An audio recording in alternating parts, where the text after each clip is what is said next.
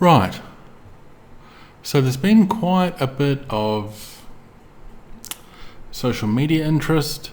I saw Angry Joe got one in the Area 51, and I was a little bit interested from an Australian perspective if you could build a better computer. And so I was having a look at the specs of the one that's coming in 2,999, so $3,000. It's a bit of money to spend, right? And so it comes with an Intel i7 5820K. So nice processor, no argument there. Comes with 8 gig of RAM, DDR4 of course. 2 terabyte 7200 RPM hard drive, an R9 270, comes with an optical drive, not Blu-ray though, just a DVD. Interesting. It does come with a mouse and keyboard, which is nice, and a 1-year warranty. It does come with a sound card. Debatable if that's kind of needed anymore with the great sound on motherboards, and Windows 8.1 of course, and it comes with 850 watt power supply, and that's kind of it. It looks like it does come with an all-in-one liquid cooling unit for the CPU. So that's a preference thing, right? So I went over and had a look at PCK-Skier. I'm not affiliated with PCK-Skier. I seem to send them a lot of money, but I'm not affiliated with them in any way. And so I thought, well, what can you build for similar money?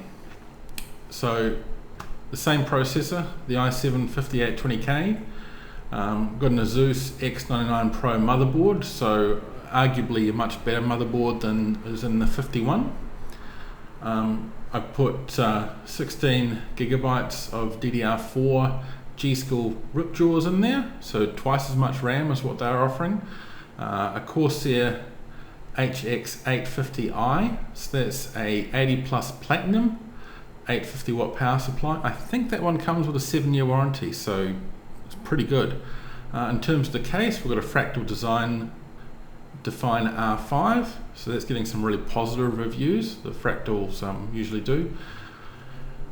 Microsoft Windows 8.1, a Noctua D15 cooler. That's a great cooler. I use one of those myself. It's fantastic, really quiet. Sapphire Radeon R9 290X, so a 4 gigabyte card. Really, really good card. And then for the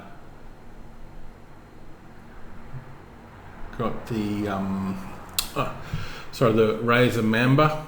It's a popular mouse, and the Razer Black Widow Ultimate Elite Mechanical Gaming Keyboard with a Western Digital Black 2 terabyte.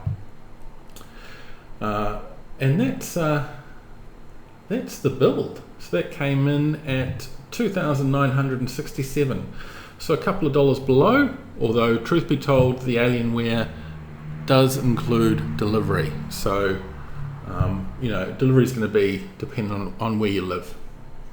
So even in Australia, I keep watching these videos, these bloody YouTube videos about people building a gaming PC for $400 in the States. It's like, well, that's great. You can't get a good graphics card for less than $200. So in the Australian context, so I was just curious about how much, what sort of comparison could be made. So I think the build, and I probably was generous in some areas. Maybe you don't want a 290X. It could have gone just with 8 gig of RAM, and that would have been ample. I just thought, well, 16, why not? You can find a cheaper power supply.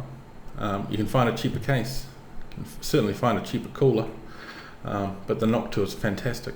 So a lot of those things you could scale back and still get very reputable brands, get really good warranties. Like the Sapphire R9 290X, that was the most expensive 290X that these guys stock. But it has a really, really good reputation.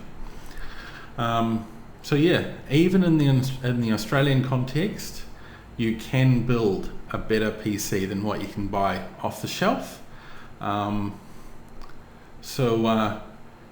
Alienware or Dell, whichever one you want to call them, they're making some margin, right? They're not doing too badly at all. So hey, just a little bit of interest. Hope you enjoy that, and I'll catch you next time.